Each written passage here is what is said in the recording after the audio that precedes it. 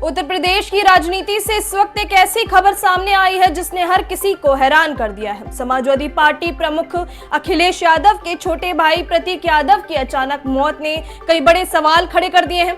मामला अब सिर्फ एक मौत का नहीं बल्कि शक, सस्पेंस और जांच की मांग तक पहुंच चुका है। दरअसल प्रतीक यादव की मौत के बाद पूरा परिवार सदमे में है, लेकिन सबसे ज्यादा चर्चा अखिलेश यादव के उस बयान की हो रही है जिसने पूरे मामले को नया मोड़ दे दिया। केजीएमयू पोस्टमार्टम हाउस से बाहर निकलते ही अखिलेश यादव ने मीडिया से कहा, जो कानूनी प्रक्रिया है उसके अनुसार कार्यवाही होगी, जांच होनी चाहिए। इसलिए था कि बचपन से ही उसे स्वास्थ्य के प्रति, अपने हेल्थ के प्रति और वो कुछ जीवन में आगे बढ़ करके काम करना चाहता था। एक बहुत अच्छा लड़का जो अपने मेहनत से कुछ करना चाहता था। बहुत दुखद है वो आज हमारे बीच नहीं है। स्वाभाविक है कि जो कानूनी और जो कानून कहता है और जो परिवार के लोग कहेंगे उस हिसाब से हम लोग मानेंगे बात। ये तारीख तो नहीं बता सकता हूँ, लेकिन कुछ दिन पहले मेरी मुलाकात हुई थी, लगभग 2 महीने पहले। उस समय भी मैंने यही कहा था कि अपने स्वास्थ्य का ध्यान रखिए और अपने कारोबार को आगे बढ़ाइए। कभी कभी फाइनेंशियल या जो कारोबार में जो नुकसान होता है उससे कई बार लोग बहुत दुखी हो जाते हैं। वो हमारे बीच नहीं है। जो कानूनी रास्ता है वो हम लोग अपनाएं। बस यही बयान अब राजनीतिक गलियारों से लेकर सोशल मीडिया तक चर्चा का विषय बन गया है। सवाल उठ रहे हैं, आखिर परिवार इस मौत को सामान्य क्यों नहीं मान रहा? क्या पोस्टमार्टम रिपोर्ट में कुछ बड़ा सामने आ सकता है?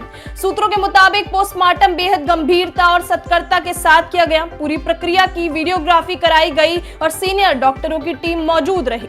बताया जा रहा है कि अखिलेश यादव खुद करीब 25 मिनट तक पोस्टमार्टम हाउस के अंदर रहे और हर जानकारी ली। मामले में नया ट्विस्ट तब आया जब अपर्णा यादव के भाई ने दावा किया कि प्रतीक यादव लंबे समय से बीमार थे, लेकिन दूसरी तरफ प्रतीक के करीबी दोस्त ने इस बात से इनकार करते हुए कहा कि उन्हें कोई गंभीर बीमारी नहीं थी। दोनों बयानों के बीच विरोधाभास ने अब रहस्य को और गहरा कर दिया है।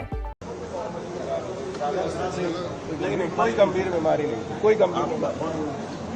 मैं सुमित केशवानी, उनका बेस्ट फ्रेंड, साथ में जिम करते हैं।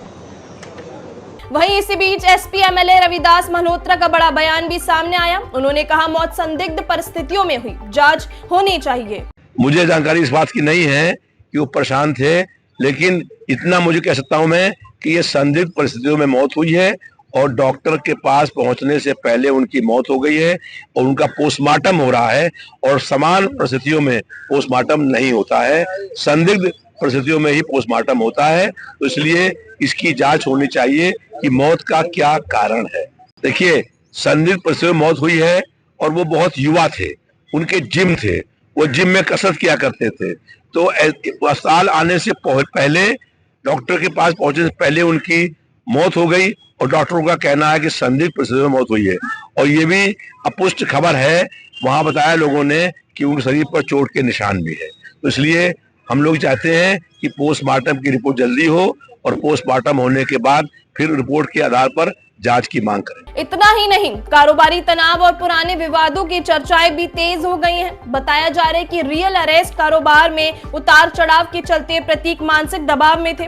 वहीं उनके बिजनेस पार्टनर पर धोखाधड़ी और धमकी देने के आरोप में एफआईआर दर्ज होने की बात भी सामने आई है। अब समाजवादी पार्टी के कार्यकर्ता इस मामले की सीबीआई जांच की मांग कर रहे हैं। हर किसी की नजर पोस्टमार्टम रिपोर्ट पर टिकी हुई है, क्योंकि वही तय करेगी कि सिर्फ एक दुखद घटना थी या इसके पीछे कोई बड़ा रहस्य छिपा है।